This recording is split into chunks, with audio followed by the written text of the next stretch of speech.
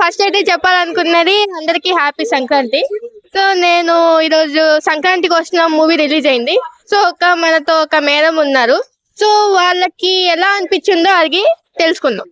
Hi madam. Hi అండి. మీకు సంక్రాంతికి వస్తున్న మూవీ ఎలా అనిపించింది? ఎలా అనిపించిందని అడుగుతున్నావు నువ్వు, కానీ ఎలా ఉంది అని అడుగు. ఎందుకంటే మైండ్ బ్లాక్ అయ్యి ఇక్కడ నేను జనాన్ని కూడా గుర్తుపట్టలేనంత ఇదిగా ఉన్నాను. ఎందుకంటే చాలా బాగుంది మూవీ. ఎంత సూపర్ హిట్ సాంగ్స్, కామెడీ, ప్రతి ఒక్కటి చూస్తే ఫస్ట్ నుంచి క్లైమాక్స్ వరకు ఎలా మేము హ్యాపీతో వెళ్ళి ఎంజాయ్ చేసాము, నవ్వుకుంటూ అలానే బయటికి వచ్చాము మేము. చాలా చాలా బాగుంది. ఫ్యామిలీతో వెళ్ళి కూర్చొని చూసే అంటే చూడదగిన మూవీ. అంటే ఇప్పుడు వెంకటేష్ గారి గురించి చెప్పాలంటే ప్రతి ఒక్క మూవీ ఆడవాళ్ళ మాటలకి అర్థాలు వేరులే, సంక్రాంతి సినిమా, ఇంకోటి ఇంట్లో ఇల్లాలు అంటే ఇంట్లో ప్రియురాలు, టోటల్ గా చూస్తే హిట్. ఆయనకి కాంబినేషన్ గా ఆయనకి ఆయన పక్కన హీరోయిన్ ఎవరు బాగుంటారంటే సౌందర్య చెప్పాలంటే. కానీ ఈ సినిమా చూసిన తర్వాత ఇంత ఏజ్ వచ్చినా గానీ వెంకటేష్ లో ఎంత గ్లామర్ ఉంది, ఎంత యాక్టివ్ ఉన్నాడు, అంత ఏజ్ లో కూడా ఎంత యంగ్ గా కనపడ్డాడు. ఆమె ఎవరు, ఐశ్వర్య రాజేష్. అబ్బా, వెంకటేష్ గారి పక్కన సూపర్ సూపర్ ఉంది. నాకు ఒక డౌట్ వచ్చింది, ఇప్పుడు నేను అందరికి చెప్తున్నాను. ఆ డౌట్ ఏంటంటే ఆ హీరోయిన్ సేమ్ ఇలాంటి సారీనే కట్టింది, మీలాగానే ఉంది చూడాలంటే. థ్యాంక్ యూ అండి. చాలా అంటే నాకు ఈరోజు చూడండి సేమ్ శారీ కట్టింది. కానీ నేను ఈ రోజు అక్కడ ఐమాక్స్ దగ్గర ఇంటర్వ్యూలో కూడా ఒక అమ్మాయి డాన్స్ చేసింది, కానీ అది మీరు అనుకొని. మీరేనా? సూపర్ ఉన్నారు. మీకు హ్యాపీ సంక్రాంతి. అయితే టోటల్ గా చెప్పాలంటే సంక్రాంతి మూవీ చాలా బాగుంది, ఫ్యామిలీతో వెళ్ళి చూడండి అని చెప్తున్నాను.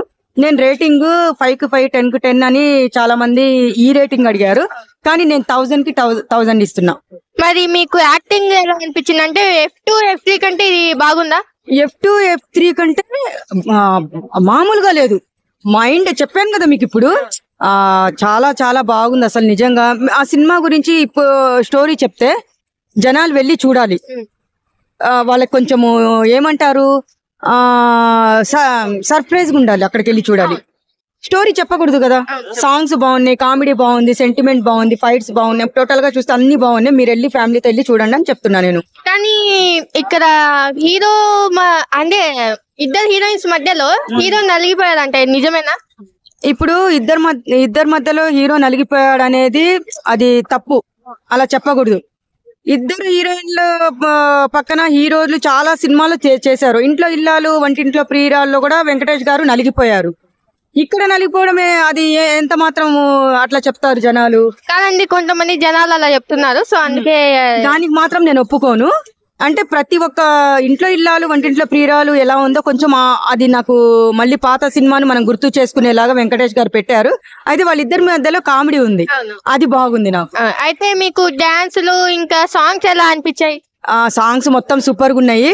ఇంకోటి ఏంటంటే గోదావరి గట్టు సాంగ్, అది మాత్రము థియేటర్ లో అందరూ లేచి డాన్స్ చేయాలనిపించే సాంగ్. అది ఈజీ స్టెప్స్, కానీ మీరు నన్ను డాన్స్ చేయమని అడుగుతారేమో అని అనుకున్నాను, కానీ నా కోసం మీరు డాన్స్ చేసి చూపిరా.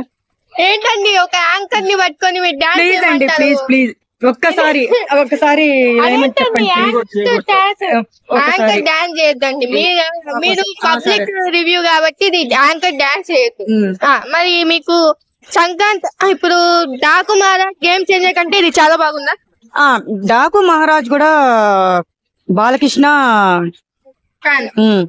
ఎందుకంటే నేను రాయలసీమ గడ్డ మీద పుట్టిన బిడ్డను కాబట్టి మా బాలయ్య బాబుకి బిడ్డ గుడ్డ కాదు బిడ్డ.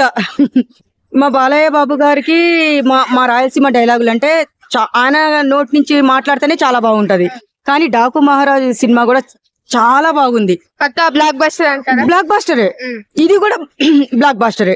రెండు మూవీస్ ఈ సంక్రాంతికి చాలా బాగుంది. గేమ్ చేంజర్ ఎందుకు డౌన్ చేశారు?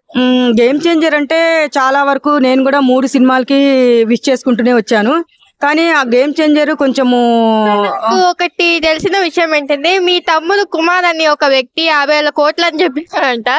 సో దాని ప్రకారం మూవీ ఫ్లాప్ అయింది అని నేను అనుకుంటున్నాను, జనాలు కూడా అనుకుంటున్నారు. మీరేమనుకుంటున్నారు? మా తమ్ముడు చేసిన తప్పుకి నేను అందరికి క్షమాపణ అడుగుతున్నాను. సారీ అండి. ఎందుకంటే మా తమ్ముడు ఆ అభిమానంతో రామ్ చరణ్ మెగా ఫ్యామిలీ అని చెప్పేసి ఆ అభిమానంతో 1,00,000 కోట్లు 50,000 కోట్లు అన్నాడు. దయచేసి ఈ పండక్కి క్షమాభిక్ష పెట్టండి ప్రేక్షకులు మా తమ్ముడికి. ఎందుకంటే అభిమానం అలాంటిది మా తమ్ముడు. కాదు, ఆయన ప్రతి ఒక్క రివ్యూలో నేను ఆయన ఫ్యాన్ అంటారు. ఆయన ఎవరి ఫ్యాన్ అసలు మీకు తెలుసా? అందరు ఫ్యానే. ఎలా ఉంటది? ఒకటే హీరో ఉండాలి కదా. నేను ఇప్పుడే మీకు చెప్పాను, అభిమానం అని చెప్పాను. అతన్ని అర్థం చేసుకోండి. ఎందుకంటే అంటే మీ తమ్ముడని మీరు సపోర్ట్ చేస్తున్నారా? నేను సపోర్ట్ చేయను. ఆల్రెడీ నేను లైవ్ లో కూడా కొట్టాను. చెప్పొద్దురా ఇలాగా 50,000 కోట్లు 1,00,000 కోట్లు అని చెప్పకురా నాయన, మనం బుక్ అయిపోతాము, మన పరువు పోతుందంటే లేదక్క అని నా కాళ్ళు కూడా పడ్డాడు, మొక్కాడు. మీరు కూడా క్షమించి వదిలేసేమని చెప్పి నేను రిక్వెస్ట్ చేసుకుంటున్నాను. సో అందరు విన్నారు కదా, ఇప్పుడు ఆయన తమ్ముడు ఏ తప్పు చేయలేదు, 50,000 కోట్లు అభిమానంతో చెప్పారని చెప్తుంది కాబట్టి ఓకే, ఆయనకి వదిలేయండి, క్షమాభిక్ష ఇచ్చేయండి. కొంచెం అక్కని చూసైనా కొంచెం మీకు అభిమానం, కొంచెం గౌరవంతో ఒక ఇవ్వండి అంటున్నాను. గౌరవం. థ్యాంక్ యూ సో మచ్ అమ్మా. Thank you. నా తమ్ముడిని క్షమించమని చెప్పి వేడుకున్నాను. చాలా తల్లి.